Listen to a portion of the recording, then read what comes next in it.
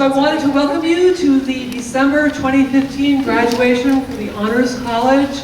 Honors has a separate celebration each semester for our graduates. We'll tell you a little bit more about them because you're here to hear about them, not about us. But I had a couple of things I did want to say before we begin our proceedings. First of all, I want to thank everyone who came today to celebrate the accomplishments of these wonderful students. I've seen some parents in the crowd, maybe some other relatives, aunts, uncles, children of students. And I know that nobody does this alone. And so I want to thank the parents and the family members for supporting all of our students on their journey through UNM, the Honors College, and their majors. You will hear as we go through the kinds of majors these students have completed, and you will see such a diversity of expertise and knowledge base among these young scholars. And I hope, like you, like me, it makes you as optimistic for the future as it does me, because I know they're going to inherit it. So I want to introduce you to some people who are very important to the Honors College. First, we have some dignitaries in our midst. First of all, Vice President Josie DeLeon. Josie, can you stand up, please, and wave? Look how nicely she's doing. And Josie's the Vice President for Equity and Inclusion on our campus. As many of you know, we are an Hispanic serving institution, and so equity and inclusion is really near and dear to the values of UNM. We have an Associate Dean in our presence. He didn't know I was going to introduce him. Tom Turner, could you please stand and wave to the crowd? I know you're hiding in the back. Also the back. So many of the things that happen in honors happen because of a close relationship and collaboration between students and our amazing faculty. And so I'm going to, maybe your students have told you, say, oh, I was talking to Leslie Donovan the other day, or I was talking to Amaris, or I was working with Ryan, or whatever they've said. And you think, who are they talking about? So now you can find out who they are talking about. So first up, and if you could just wave, please, when I call your name, or stand up, or whatever makes you comfortable, the infamous and famous Leslie Donovan.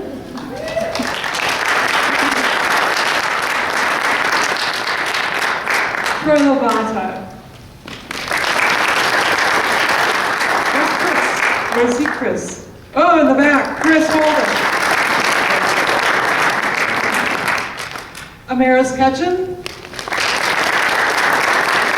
Serena Vargas. Ryan Swanson. Jason Moore. Marigold Walshbilly. And our newest faculty member just joined us, Megan Jacobs. And also, who snuck in the back and is hiding, Renee Fobian. Renee, please stand up. You will hear from him later, but I also want to call out our colleague and just the honor of the Honors College, Barrett Price. So Barrett, could you please? Faculty can't, just as your students cannot make it through without the help of the faculty rely on a very dedicated, a little bit thinly stretched, as many are, staff members. So let me show you who they are, point them out, and ask them to also stand up when I call them. Kyoko Simmons directs the Center for Academic Leadership and mentors students who are seeking high-level scholarships. I'm sorry, Kyoko. Sophia Alvarez runs the place. Her real title is college administrator. Oh, wait a minute, college administrator. So if Sophia could please stand. Sophia's somewhere. She's way in the back. Tiffany Terry is our program coordinator.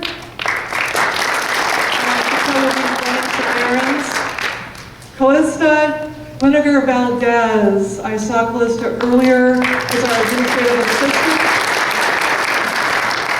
And because those are our only 3 professional staff members, we rely on a lot of students to help us out in the office. They're there every single day. I go down, I need anything, and they're every bit as professional as our full-time paid staff. Well, I guess we paid them a little bit. So I'm going to introduce you to them. First of all, Christine Anderson. Serena Middens. Serena's in the back. Our students are helped each semester by our peer advisors who tell our students who to take courses from and maybe, well, that's probably all they tell them, and other things about the program. First of all, Landon Davis. Landon is Jillian Sweeney. Jillian's in the back way back. Taylor Reddyhoff, also in the back. And Matt Kabuzade. Matt, there he is, yeah. And what would an office be without computers? Stephen West keeps our technology going. So the one faculty member that I did not introduce you to in this long list of all the people who make this possible is my colleague, my right hand, the woman who's here driving the boat, the Associate Dean of Honors, Ursula Shepard. And Ursula's going to tell you more.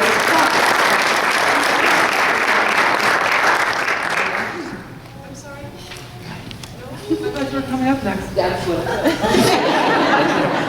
This is how it usually goes here. Wait. Did I miss something? Yeah.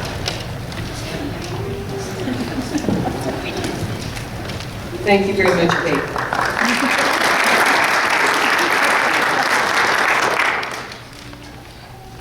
It's always a very special occasion when we get to gather together to celebrate and honor our fall college graduates. I want to say that it's my hope that the Honors College has served each of you to provide a foundation and a framework to help you to strengthen and affirm your own values and to arrive at your own unique goals. But most especially to our graduates, I want to thank each and every one of you for all you have brought to the Honors College through your individual and collective talents, your accomplishments, and your unique qualities. The Honors College is richer for having you be a part of it. Each year, I prevail on a few of our outstanding seniors to speak at graduation. In some colleges, you will have keynote speakers who are famous and well-known all over the world. Here in Honors, we like to take the time to focus on our Honors graduating class. This year, I have selected 3 outstanding seniors who represent the entire class of all of our wonderful and outstanding seniors. I have asked these 3 people to speak today, and I will ask them to simply come up in the order that they're in the program, and I will not call you individually. So Allison Turner will speak first, then Sharif Amlani, and then Sarah Haig. Thank you.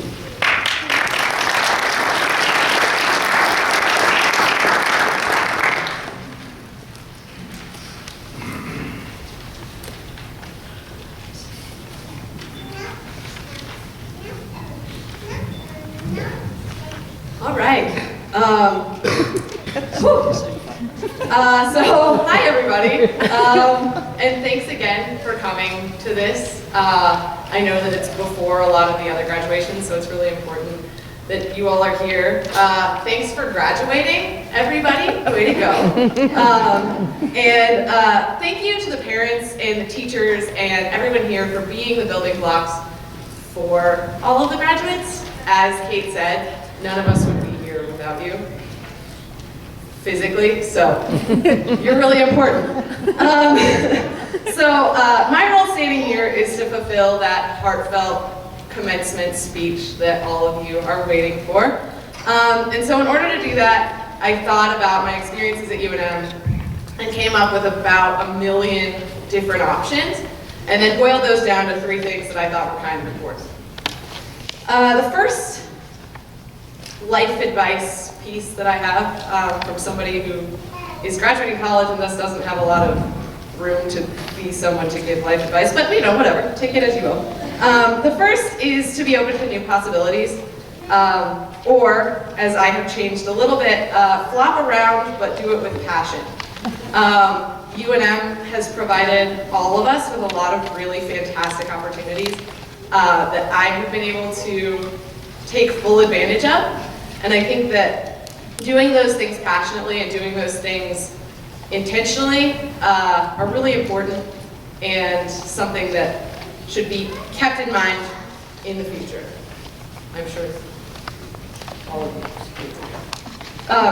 Next, second point is there's a lot of power in vulnerability and a lot of power in asking questions. No matter how many possibilities or opportunities you're presented with, you don't know everything, and I think that that's something that honors has really taught me, is to ask questions about things that you don't know. Ask as many questions as you possibly can, because no matter how much education you gain, there's so much knowledge to be taken everywhere. And then the third is to remember where you came from. UNM is a fantastic school with a fantastic history, and being from Albuquerque is kind of an interesting piece to this school. There's a lot of diversity, there's a lot of really important stuff that goes into this college, into the university, and into the city, into the state, into the country, that I think that when we think about our foundation, it really helps. And I haven't been reading this at all, but I wrote down, there's nothing people like more than hearing about New Mexico. And then in parentheses it says this is probably not factual, but it might be. And so in order to wrap it up on a fairly cliche note, I would like you guys to turn to the people next to you and thank them for everything that they've done. Congratulate them even if they're not graduating, because it takes a village to create graduates. And without everybody in this room, nothing would have been possible. So take that information and go change the world. Thank you.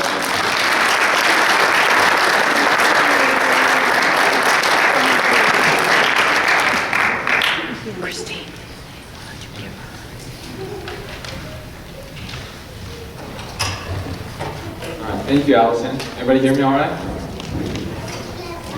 Like a wolf.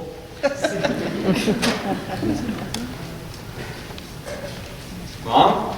Dad? You did it! You did class of 2015. Where are you at? Where are you at? Come on. You guys are graduating. Parents? Are there parents here? Any parents here, please? Perfect. All right, seriously. Dean Krause, Associate Dean Shepard, distinguished professors, staff, friends, family, and of course, class of 2015. I want to thank all the distinguished faculty at the Honors College for placing their trust in me not to fumble this speech. And I promise it will be over 5 minutes. But please forgive me, I have a very important message. So after many late nights, early mornings, and an egregious amount of coffee, this is a big day for all of us. But it is also a big day for all the professors, friends, parents, and mentors who helped get us here. So let's give them all a big round of applause.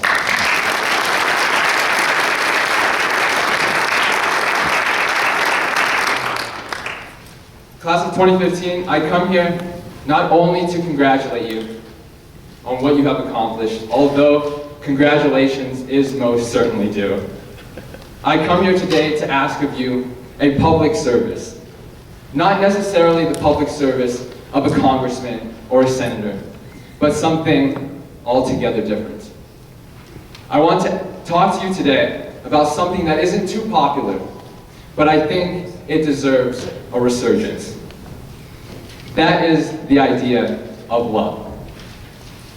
Now, I'm not talking about that emotional love, but a love far more universal.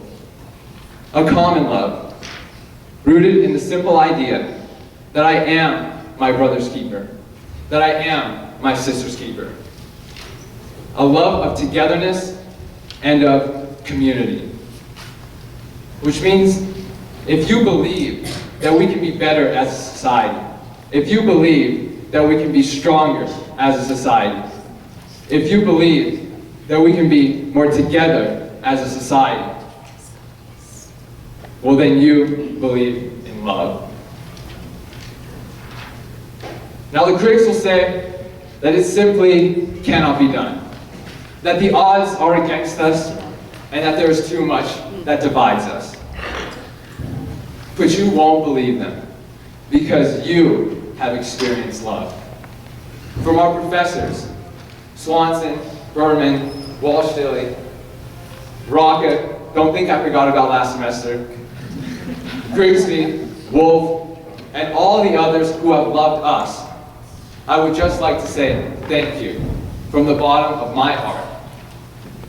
Because you taught us what it means to inspire, to dream, and to be an outstanding mentor.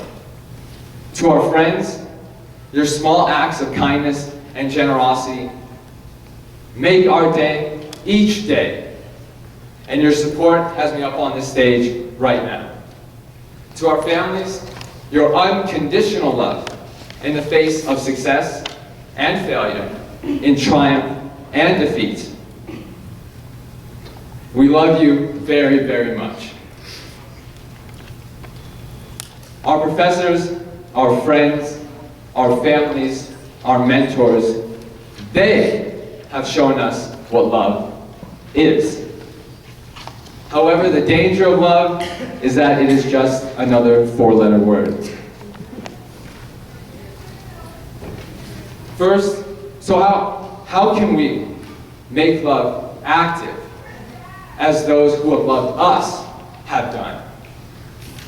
First, it is not enough to say that I love my brother, but never take the time to understand him. To overcome the challenges of the world, we must understand those who face them. So talk to the police officer or the Muslim American. Learn to walk a mile in their shoes before you judge them. As honor students, we are uniquely positioned to conduct such examinations.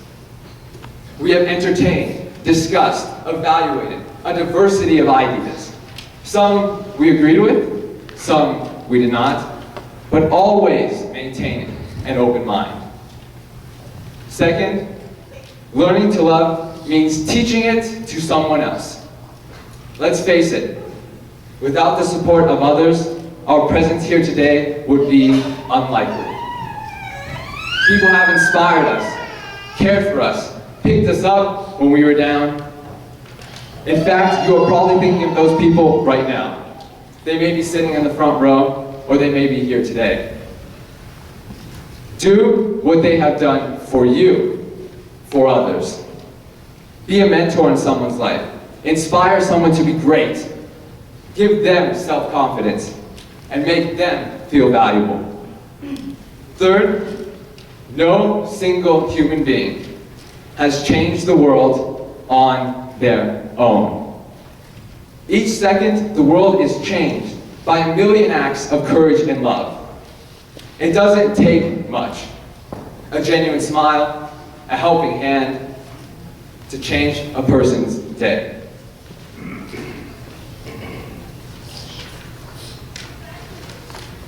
And here's the thing. It turns out that if you open a door for someone, or if you help another who is struggling, or if you compliment a friend on what they are wearing, then they are more likely to go out and do that for someone else. Moreover, if you are willing to give your time, your money, or your energy to the person sitting next to you, it's amazing what they'll be willing to give to us. In fact, our very survival depends on our ability to love. Remember, humans are a social creature, and we need the love of others to survive. Envision a world in which no one ever interacted with you. I bet you can't even imagine it. Because we need love. We need each other. My fellow honor students, we have a great burden to bear. We are the doctors, the lawyers, the scientists, the engineers of tomorrow. Will we continue to live in a world of hate and divisiveness, or will we create a world of love? I believe that love will solve our insolvable problems. I believe that love can cut through classism, racism, and every other type of ism. I believe that love will always triumph hate and inspire diversity over division. And that together, we can solve the very real challenges ahead of us.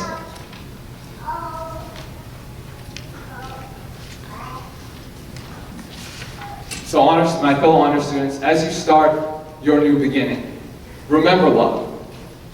Because history has shown us the power of love for one another is the most unstoppable force on earth. And with it, the most unimagined can be accomplished. I wish you all the love and success in the world. Thank you.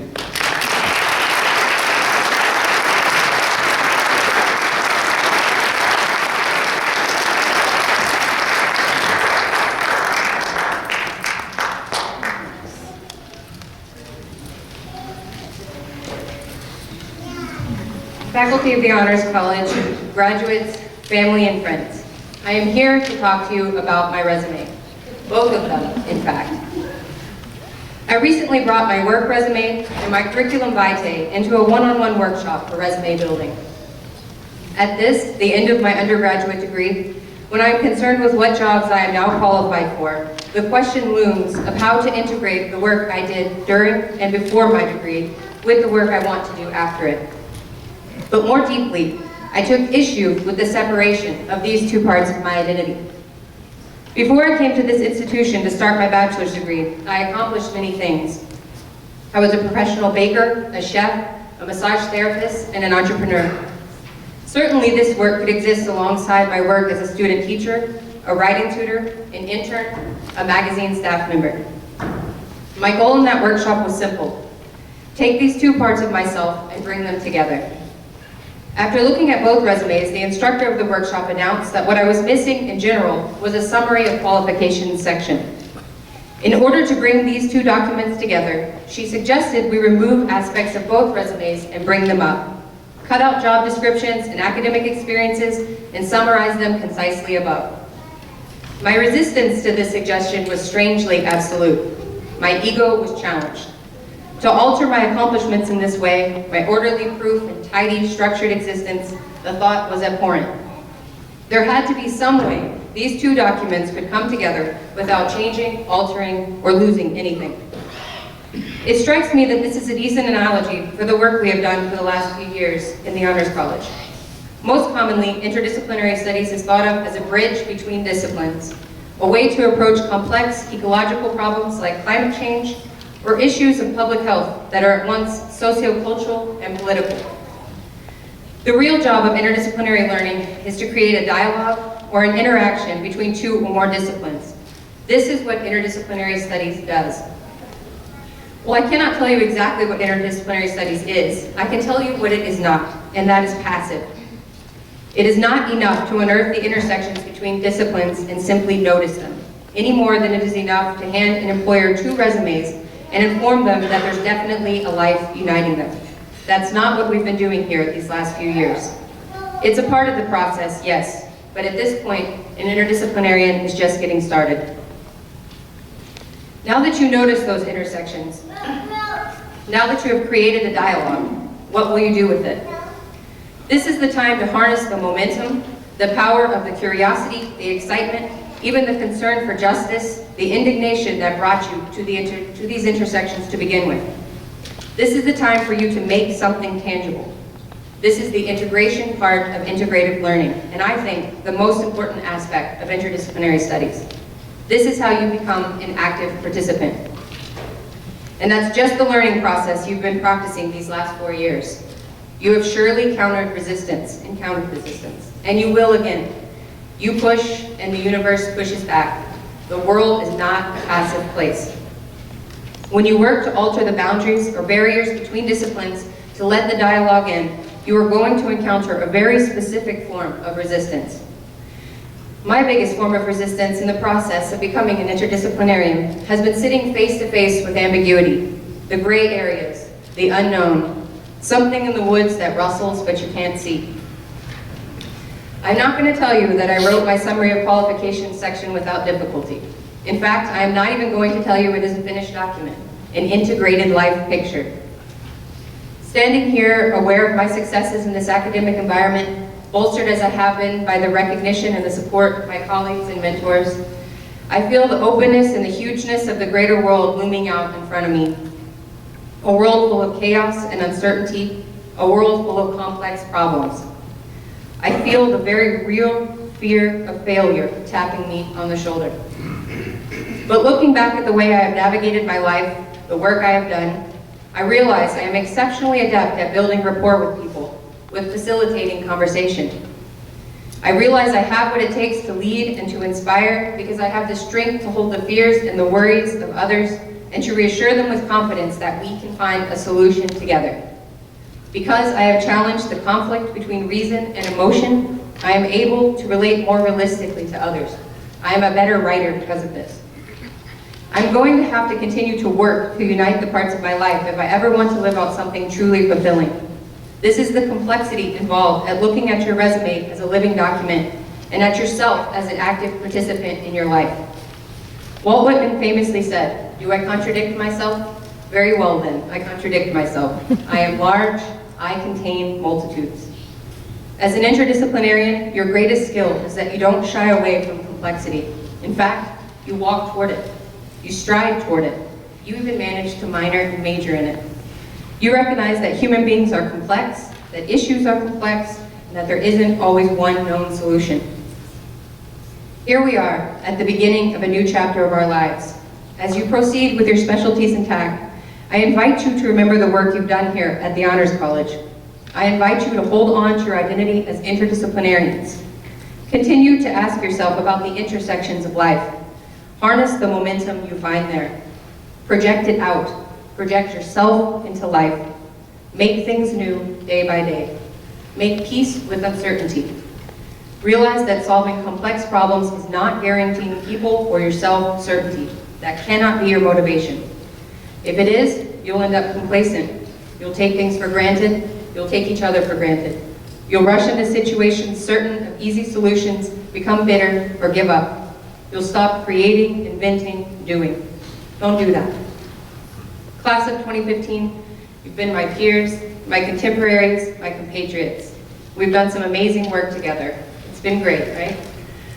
And it doesn't have to be over just because this chapter in our lives is. Not if you take this, what you've learned in here, and bring it out there. Faculty of the Honors College, you've given me back the adjectives of my life without the quantifiers. You've encouraged me to be sincere, critical, analytical, and genuine. You've given us all a place to learn the very best of ourselves. You've given us some very real skills, some very real qualifications.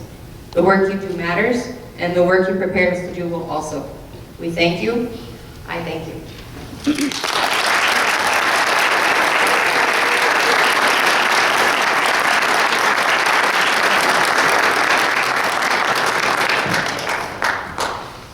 Three quite different students with three quite different messages, and all examples of some of the wonderful students we have here in the college.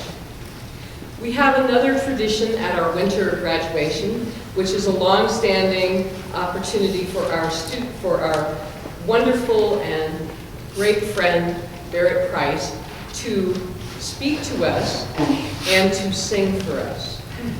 It is always a rather scary thing to think about having to sing for a group of people, but he does it for us diligently. Barrett is a well-known poet, author, columnist, and a longtime faculty member here in the Honors College, and I asked him to come forward and give us his rendition for this holiday time. Thank you.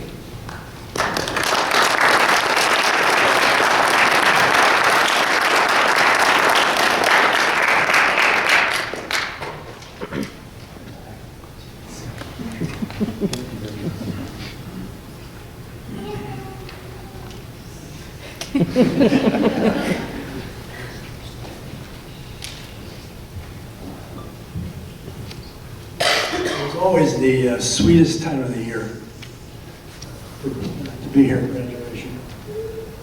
This year I'm going to read from a new suite of Christmas poems called 5 Reasons Why Despair is No Good. I'm going to read 3 of those poems because we have a lot to do, and then I'll try my vocal rendition of a solstice poem. So the first reason despair is no good. Love. Love is the rock, the lull, the final refuge as killing slithers all around us. It is our only chance. Who you ache for, who you're made for, whose pain you cannot bear, whose joy wipes out the bleakest pout. That soul, idea, community you'd flat out die for. That's the surest clue to peace upon this earth.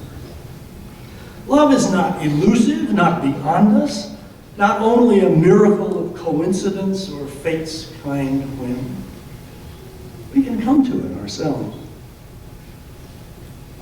It's the way to a sympathy that's in us from the start, waiting for us to have the heart to dare to be more than we're afraid we are. Despair is no good. It slams the vault door shut, leaves love pounding soundlessly, suffocating in the safe of a righteous sadness we cannot escape. But love picks all locks, can free itself from anything, a virtuoso, as we know, at magic, opening even rusty old hearts with a sleight of mind that finds our sympathies no matter where despair has worried out a place to hide them.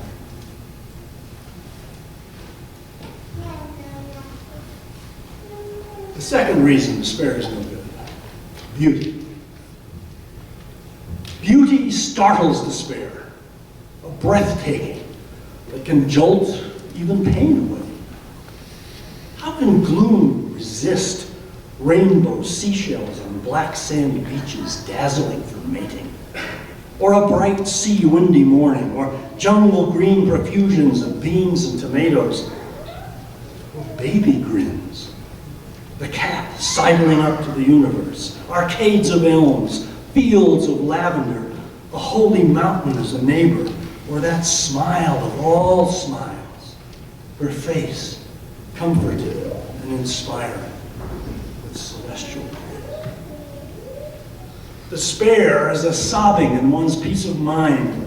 It is a giving up, which means beauty has abandoned the eye of the beholder, the inner eye itself going blind to the mysteries of music, poetry, galaxies, and love, of pure logic arising from E equals MC squared. That's why despair is no good. It is an insult on a par with hubris when we're brought so low from pinnacles of pride. Despair buries us alive in agonies of inattention. It's not our heads in the sands, it's who we are, ourselves, as creatures of the stars, stuck, dazed, finished off like seabirds, gummed up with tar.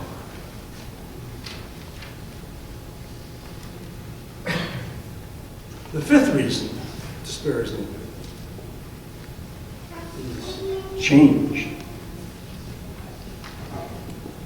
Change pulls the thread, unravels the false logic of despair. Nothing, not even the worst, doesn't end. Integrity evolves. We learn how to be who we are at our best. Yes, even that can happen. The quicksand of our flaws can be escaped often by just a gentle change of position. We start with what we are given. The rest is ours. The infinitely malleable, until despair freezes change, and fate's chokehold seizes our good humor and rubs our noses and the mere rudeness of reality. So, but what if a goddess whispers, "Be who you are, change, relax"? Is that all it takes? Can we really turn and learn to ride waves of disappointment without falling off so we can get up and try again? Can we trust the fundamental element, the possible in its enormity? Why not? Are we prone to darkness? Yes. Does the world we describe fall apart as we say it? Mostly. But despair knows wrongly that chance won't bend. We all know ideals morph into their bitter shadows. We all can reason, though, that the mirror image of despair, its nameless opposite, marvelous with hope, must be there somewhere, waiting for us to change so we can find it.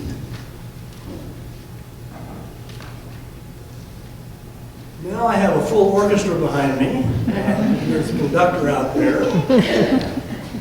This is what I have to do to get myself to do this. Not being a person with great gifts. So I'm going to read the first stanza, and then I'll try to move into a different mode. Then I'll try to sing the hymn. It's called Solstice. Perfect, clear light, star mine, chorus. High star joyous, pulse light clear.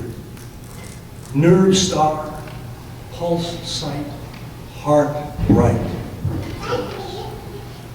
Joyous, all one light. Perfect, clear light, star mine chorus. Eye star joyous, pulse light clear. Nerve star pulse sight, heart bright chorus. Joyous, joyous, all one light. Perfect clear light, star mine chorus. Eye star joyous, pulse light. Nerve star, pulse sight, heart bright chorus. Joyous, joyous, all one.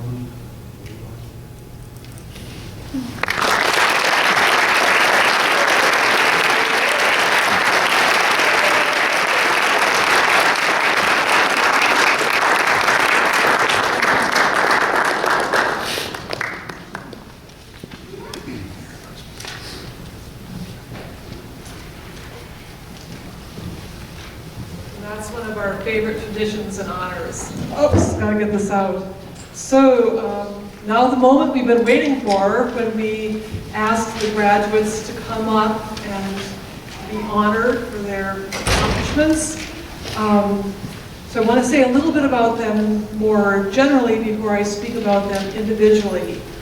As Sarah discussed, and I kind of want to explain why she discussed interdisciplinarity at such length in her talk.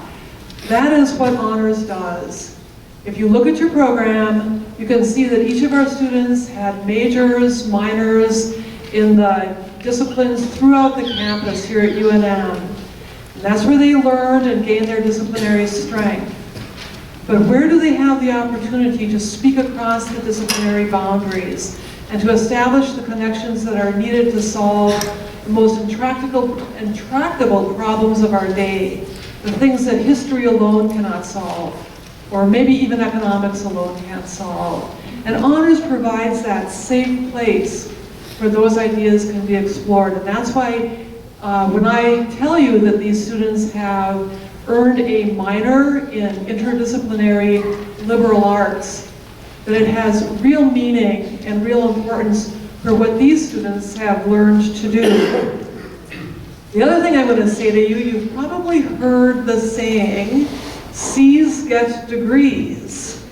And that might be true at other graduations, but C's do not get honors degrees. These students have not done the bare minimum to scrape out a diploma from UNM. And as I describe some of their accomplishments, you will become much more aware of how true that is. Certainly you've seen a slice of what they're capable of from our three amazing speakers. So just to give you a little recap, the average GPA for this class clearly is not a C's get degrees GPA, it's a 3.73. 9 out of 33 graduates have attained the international distinction, which requires mastery of a foreign language as well as intercultural and global experience. I will describe for you multiple scholarships, community involvement, service that they provided within the campus community as well as in the larger Albuquerque and greater community. And the list could go forever, and maybe some of you are hungry because I know there are snacks back there. And so I'm not going to say everything they've done, but I will tell you they're very amazing. So I've asked Jason Moore and Megan Jacobs, faculty colleagues of mine, to help in presenting the medallions and the certificates to our students. And if you could please check when you receive your certificate that it's actually your name that is on it, because that has happened before, by the way. And also, if you are here as a supportive family member or friend or colleague of any of these graduates and you want to jump up and take a picture, this is photo opportunity moment for you. The first group that I'm going to be introducing to you are the students who are graduating with a minor in interdisciplinary liberal arts from the Honors College. The minor requires 24 credit hours of study in the Honors College of honors courses, and it's a rigorous program. It complements the majors that they'll be earning and shows them how to use that major in really creative ways. Each of our students has a Latin designation, so I'll tell you what that is when I call their names out. So, first up, you have heard from Sharif Alani in his really impassioned call to arms and quest that we learn to love people across boundaries that maybe some would like to define us. So you heard from him, but now you're going to hear about him. Sharif is a political science major. I guess you probably could have guessed that from his talk. During his time in honors, he presented his research at the Western Social Science Conference. He was a member of a number of UNM committees and served with student government as a campaign manager, advisor to the student body president. Come on, I've got a lot to say there.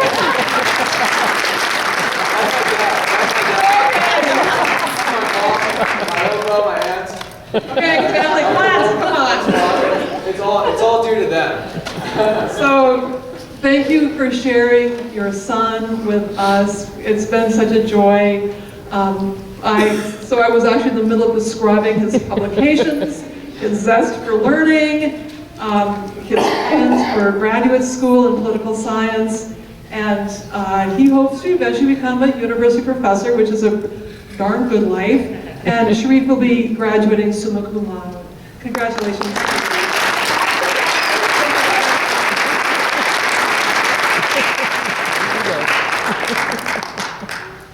Stephen Dubik? So Stephen Dubik will be graduating cum laude from UNM this December. He's an English creative writing major with minors in both honors interdisciplinary studies and astrophysics. So yeah, that's not slack degrees. During his time in honors, he was involved on campus in a number of ways, and he was a member of Scribendi, and you're going to hear that about some of our students. Scribendi is a publication of the Western region of honors programs. So the Western United States students from throughout the region submit and publish their works in the national award-winning Scribendi, which is advised by our colleague Amaris Ketchum, by the way. Anyway, so Scribendi, you will hear about it, and it's awesome. He was the coffee chief of the Daily Lobo and president of the Karate Club, so watch out for him. After graduating, he plans to attend graduate school for writing and hopes to become a novelist or other kind of writer in some capacity. So congratulations, Stephen.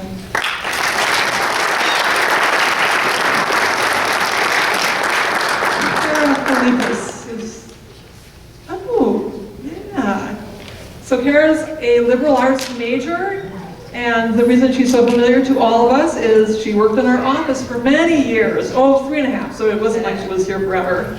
And she also served as the office manager for the literary journal Scribendi, of which I already discussed. She plans to take some time off after graduation and plans to pursue a creative design-oriented career. And her long-term goal is one that we will all appreciate, and that is to make the world a more beautiful place, because that would be nice. Congratulations. Oh, and here's graduated cum laude, Amanda Garcia. Amanda Garcia is also graduating cum laude from UNM in December. She is a biology major, minoring in honors interdisciplinary studies, and was a member of Sigma Alpha Omega. Upon graduating, Amanda plans to attend graduate school. Congratulations, Amanda.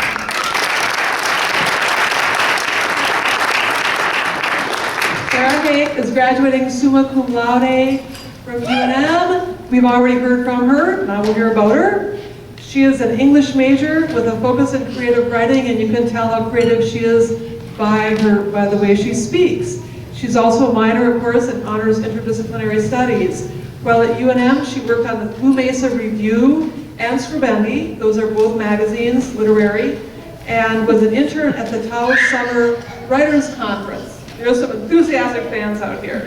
Her own work has been published in Conception Southwest, and in the future she plans to focus more on her own writing while preparing for graduate school with the ultimate goal of becoming a faculty member in a program just like ours. So congratulations, Sarah.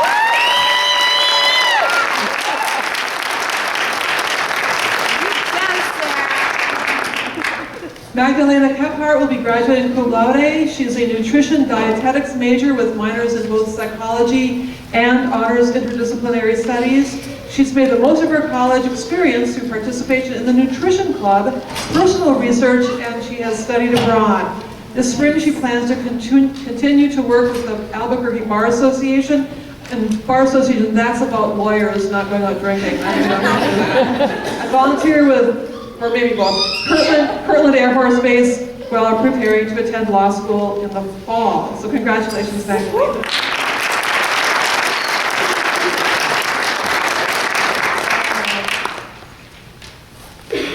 Sorry, I lost the touch. Sarah's already been up. I'm sorry, Magdalena's been up. Anthony Ramirez is next. Anthony.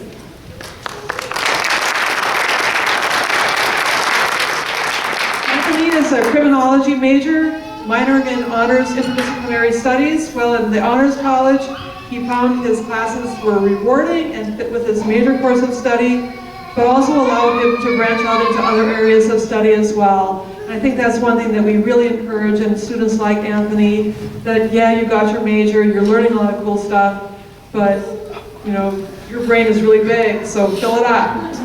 He was able to challenge himself by studying topics outside of his comfort zone, and his professors were all impressed by his dedication to success in the classroom, as am I. So congratulations, Anthony.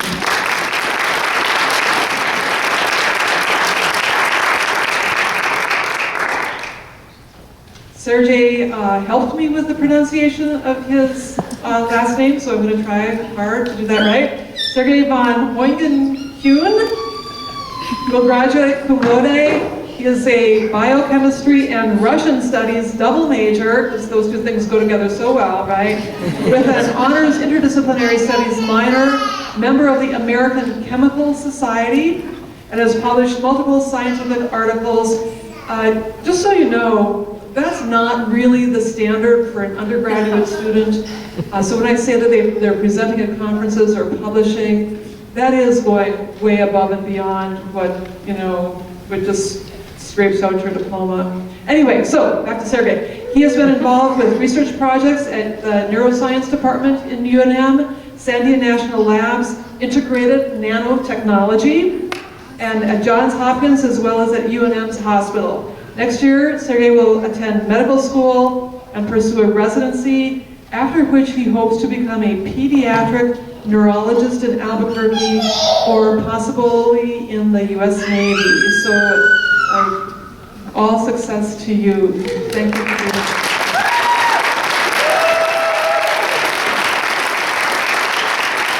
So those are our minors. We're incredibly proud of them. They've really made the the Honors College really is just a collection of people who do good work. It's students and faculty and our staff who really make us who we are.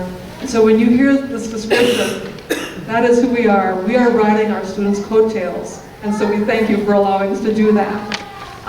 In addition to getting a minor in the Honors College, students can pursue a designation. It's a slightly smaller commitment to honors, but it does require the same kind of work in the same kind of environment. And Associate Dean Ursula Shepard will introduce you to our wonderful honors designation recipients. So Ursula, you're up next.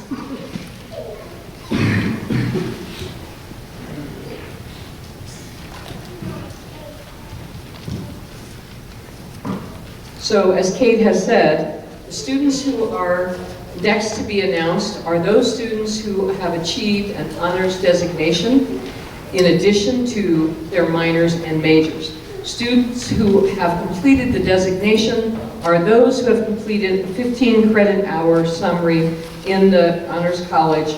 And so I'm going to announce their names and give you just what their majors and minors are. And I will ask that, I understand that we're starting at that end, and if you can come straight through this way so you don't walk into Christine's cameras, it would be a good idea. And we will do this. I believe I have all of those names of students who are present, but if anybody at the end has managed to sneak in, I'd like to hear about it so that I can make sure I do that as well.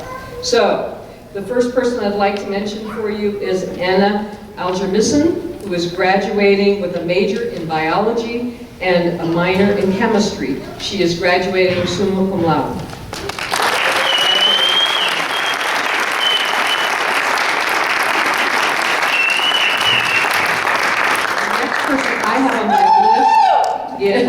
Is Joseph DeBonis. Is Joseph here? Yes.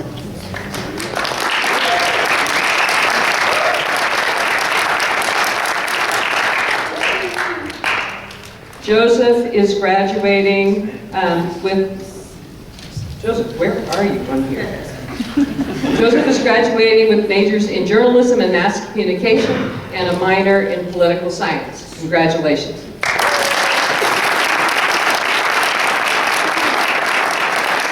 Nandisa Bradley.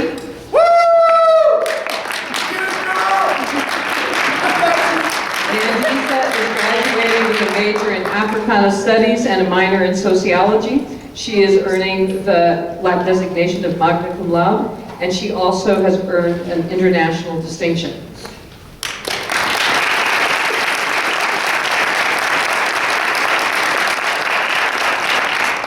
Julie Draper. Julie has majored in sociology with a minor in psychology. She is graduating cum laude.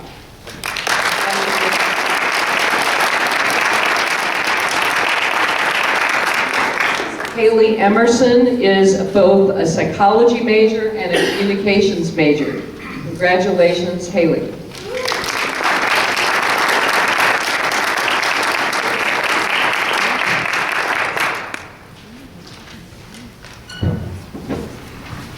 Sarah Hodson is graduating with a major in international studies and a minor in peace studies. She is graduating magna cum laude and has earned the international distinction. Congratulations.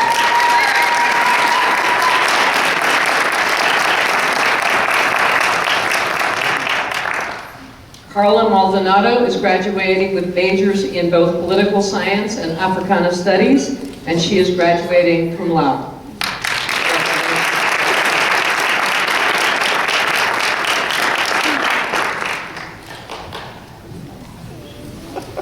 Jaime Rodriguez majored in biology with minors in both music and chemistry. Do those go together? I'm sure they do. He is graduating cum laude. Congratulations. Kimberly Schneider. Kimberly has majored in art studio and journalism and mass communication. She is graduating magna cum laude.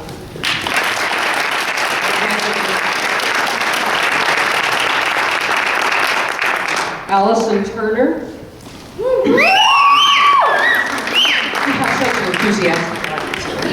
Allison Turner is graduating with majors in both anthropology and economics, as well as a minor in Spanish.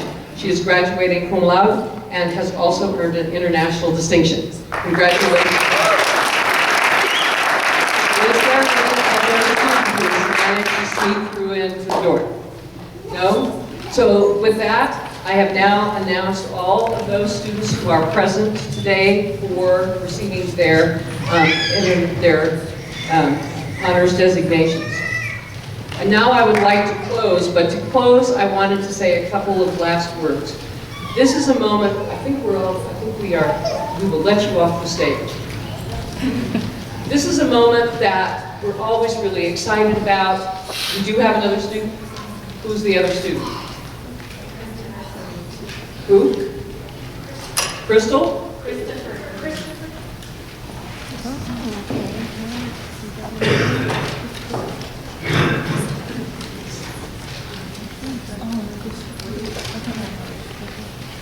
Christopher Forrest? Christopher Forrest. Come on up, Christopher. Christopher Forrest is graduating with a major in biochemistry and a major in languages. He is graduating summa cum laude, and he has also earned an international distinction.